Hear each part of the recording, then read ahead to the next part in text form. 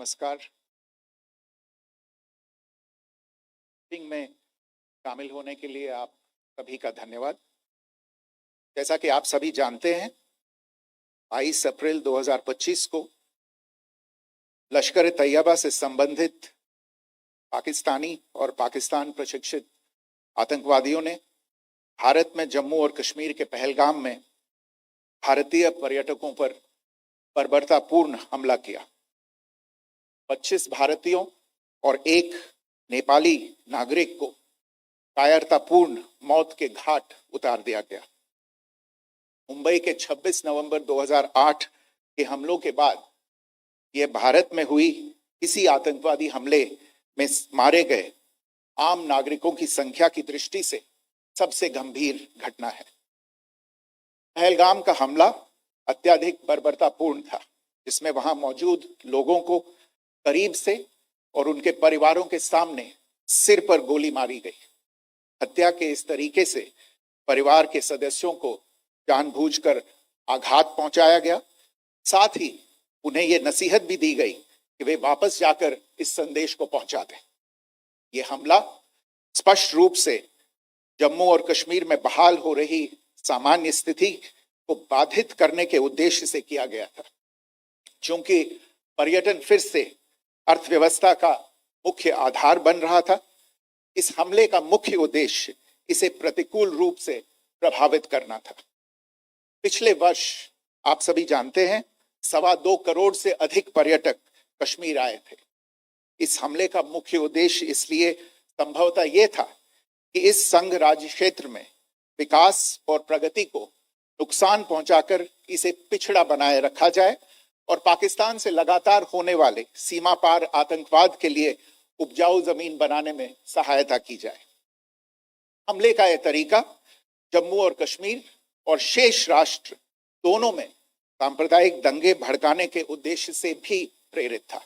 इसका श्रेय सरकार और भारत के सभी नागरिकों को दिया जाना चाहिए कि इन प्रयासों को विफल कर दिया गया। एक समूह ने खुद को रेजिस्टेंस फ्रंट TRF कहते हुए इस हमले की जिम्मेदारी ली है। यह समूह संयुक्त राष्ट्र द्वारा प्रतिबंधित पाकिस्तानी आतंकवादी समूह लश्कर तैयबा से जुड़ा हुआ है। यह उल्लेखनीय है कि भारत ने मई और नवंबर 2024 में संयुक्त राष्ट्र की 1267 कमेटी की सैंक्शंस मॉनिटरिंग टीम को अर्धवार्षिक रिपोर्ट प्रस्तुत की थी, जिसमें TRF के बारे में साफ इनपुट दिए गए थे। इससे पाकिस्तान स्थित आतंकवादी समूहों के लिए कवर के रूप में TRF की भूमिका सामने आई थी। इससे पहले भी दिसंबर 2023 में भारत ने इस टीम को लश्कर तैयबा और जैश ए मोहम्मद के बारे में सूचित किया था, जो TRF जैसे छोटे आतंकवादी समूहों के माध्यम से अपनी गतिविधियों को संचालित कर रहे हैं। इस संबंध में 25 अप्रैल को UN सिक्योरिटी काउंसिल प्रेस वक्तव्य में TRF के संदर्भ को हटाने के लिए पाकिस्तान के दबाव पर भी ध्यान दिया जाना चाहिए। पहलगाम आतंकवादी हमले की जांच से पाकिस्तान के साथ आतंकवादियों के संपर्क उजागर हुए हैं।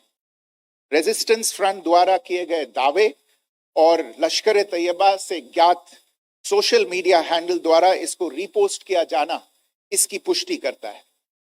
चश्मदीद गवाहों और विभिन्न जांच एजेंसियों को उपलब्ध अन्य सूचनाओं के आधार पर हमलावरों की पहचान भी हुई है।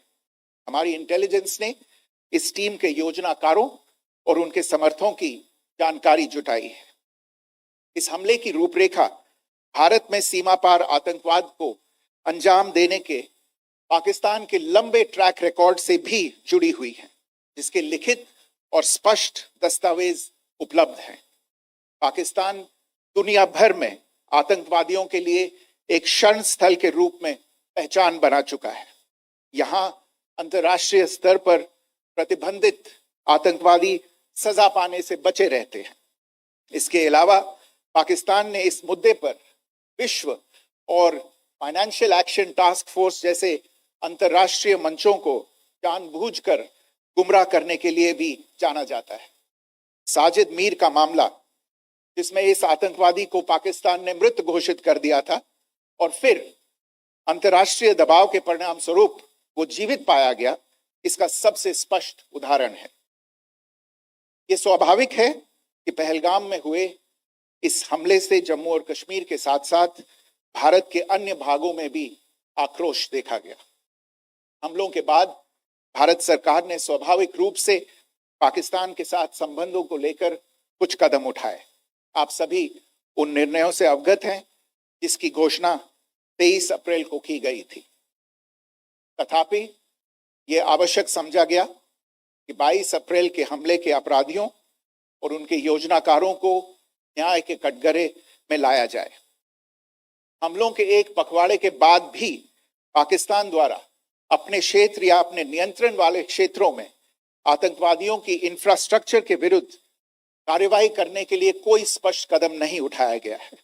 उल्टे वो इनकार करने और आरोप लगाने में ही लिप्त रहा है। पाकिस्तान आधारित आतंकवादी मॉड्यूल्स पर हमारी खुफिया निगरानी ने संकेत दिया है कि भारत के विरुद्ध आगे भी हमले हो सकते हैं। अतः इनको रोकना और इनसे निपटना दोनों को बेहद आवश्यक समझा गया। आज सुबह, जैसा कि आपको ज्ञात होगा, भारत ने इस तरह के सीमा पार हमलों का जवाब देने और उन्हें रोकने तथा उनका प्रतिरोध करने के अपने अधिकार का प्रयोग किया है। ये कार्यवाही नपीतुली, नॉन एस्केलेटरी, आनुपातिक और जिम्मेदारी पूर्ण है।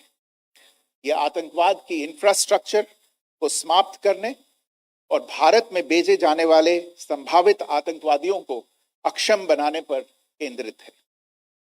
आपको यह भी स्मरण होगा कि 25 अप्रैल 2025 को संयुक्त राष्ट्र सुरक्षा परिषद ने पहलगाम आतंकवादी हमले पर एक प्रेस वक्तव्य जारी किया था, जिसमें आतंकवाद के इस निंदनीय कार्य के अपराधियों, आयोजकों, फाइनेंसरों और प्रायोजकों को जवाबदेह ठहराने और उन्हें न्याय के दायरे में लाने की आवश्यकता पर जोर दिया गया था।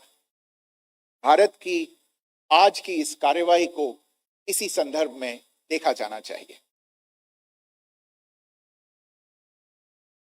Good morning.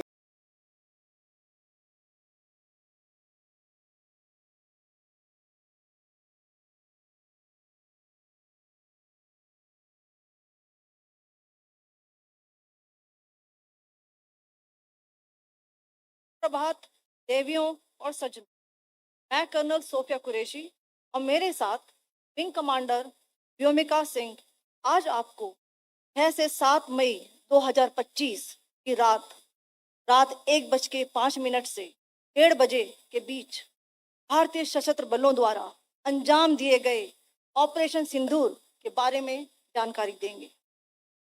ऑपरेशन सिंदूर 22 अप्रैल को पहलगाम में हुए विभत्स आतंकवादी हमले के शिकार मासूम नागरिकों व उनके परिवारों को न्याय देने के लिए लॉन्च किया गया था। इस कार्रवाई में 9 टेररिस्ट कैंप्स को टारगेट किया गया और पूरी तरह से इसे बर्बाद किया गया। पाकिस्तान में पिछले 3 दशकों से टेरर इंफ्रास्ट्रक्चर का निर्माण हो रहा है। इसमें recruitment, indoctrination centres, training areas व लॉन्च पैड शामिल थे, जो पाकिस्तान और पाक अधिकृत जम्मू कश्मीर POJK दोनों में फैले हैं। Operation Sindoor was launched by Indian Armed Forces to deliver justice to the victims of Pahalgam terror attack and their families. 9 terrorist camps were targeted and successfully destroyed.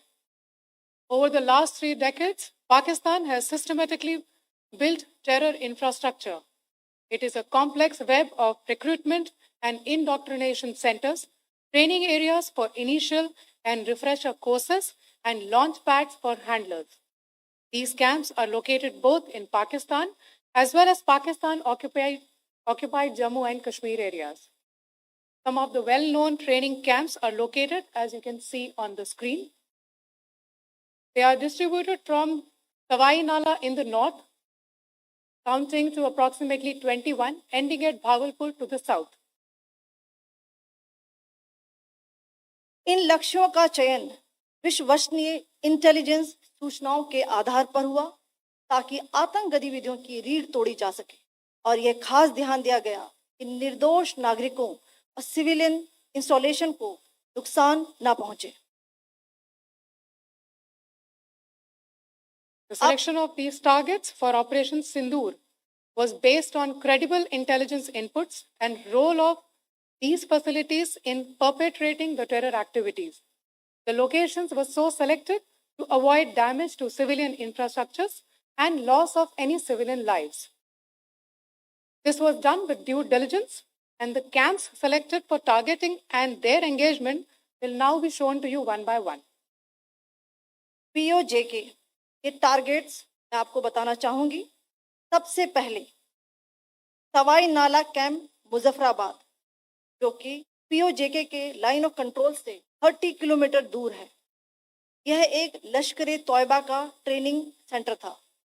20 अक्टूबर 2024 सोनमर्ग, 24 अक्टूबर 24 गुलमर्ग, 22 अप्रैल 2025 पहलगाम, इन हमलों के आतंकियों ने यहीं से प्रशिक्षण लिया था। सैयदना बिलाल कैंप जफराबाद, यह एक जैश ए मोहम्मद का स्टेजिंग एरिया है। यह हथियार, विस्फोटक और जंगल सर्वाइवल ट्रेनिंग का केंद्र भी था। गुलपुर कैंप कोटली, यह एलओसी से 30 किलोमीटर दूर था। लश्कर तोयबा का बेस था, जो रजौरी पुंछ में सक्रिय था। 20 अप्रैल 2023 को पुंछ में और 9 जून 2024 को तीर्थ यात्रियों के बस हमले में यहीं से आतंकी को ट्रेन किया गया था।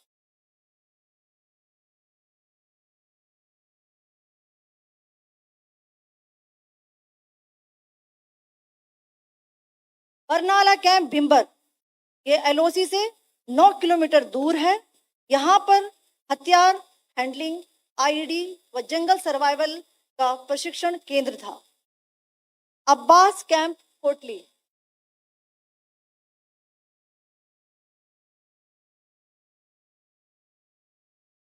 यह एलओसी से 13 किलोमीटर दूर है। लश्कर तोयबा का फिदाइन यहाँ तैयार होता था। इसकी कैपेसिटी 15 टेररिस्ट को ट्रेन करने की थी।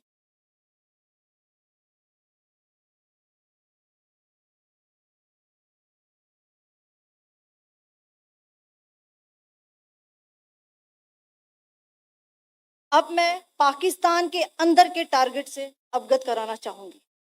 पहला, सर्जल कैंप सियालकोट, यह अंतर्राष्ट्रीय सीमा से 6 किलोमीटर की दूरी पर है, सांबा कटवा के सामने।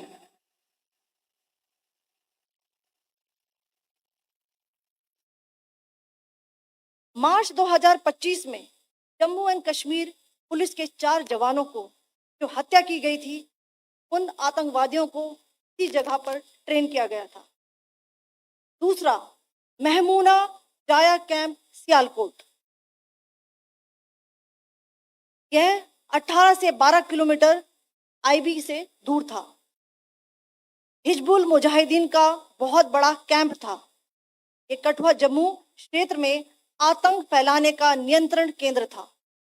पठानकोट एयरफोर्स बेस पर किया गया हमला भी इसी कैंप से प्लान और डायरेक्ट किया गया था। मरकज ताइबा मुरीद के, यह आईबी से 18 से 25 किलोमीटर दूरी पर है। 2008 के मुंबई हमले के आतंकी भी यहीं से प्रशिक्षित हुए थे। अजमल कसब और डेविड हेडली भी यहाँ ट्रेन हुए थे।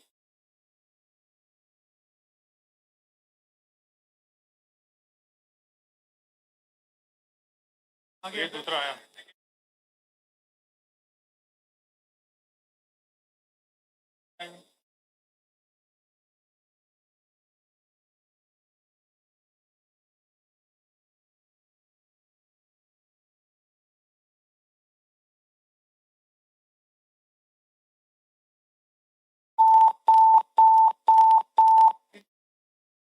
एंक्लोजर सेम ही है, just hit the target.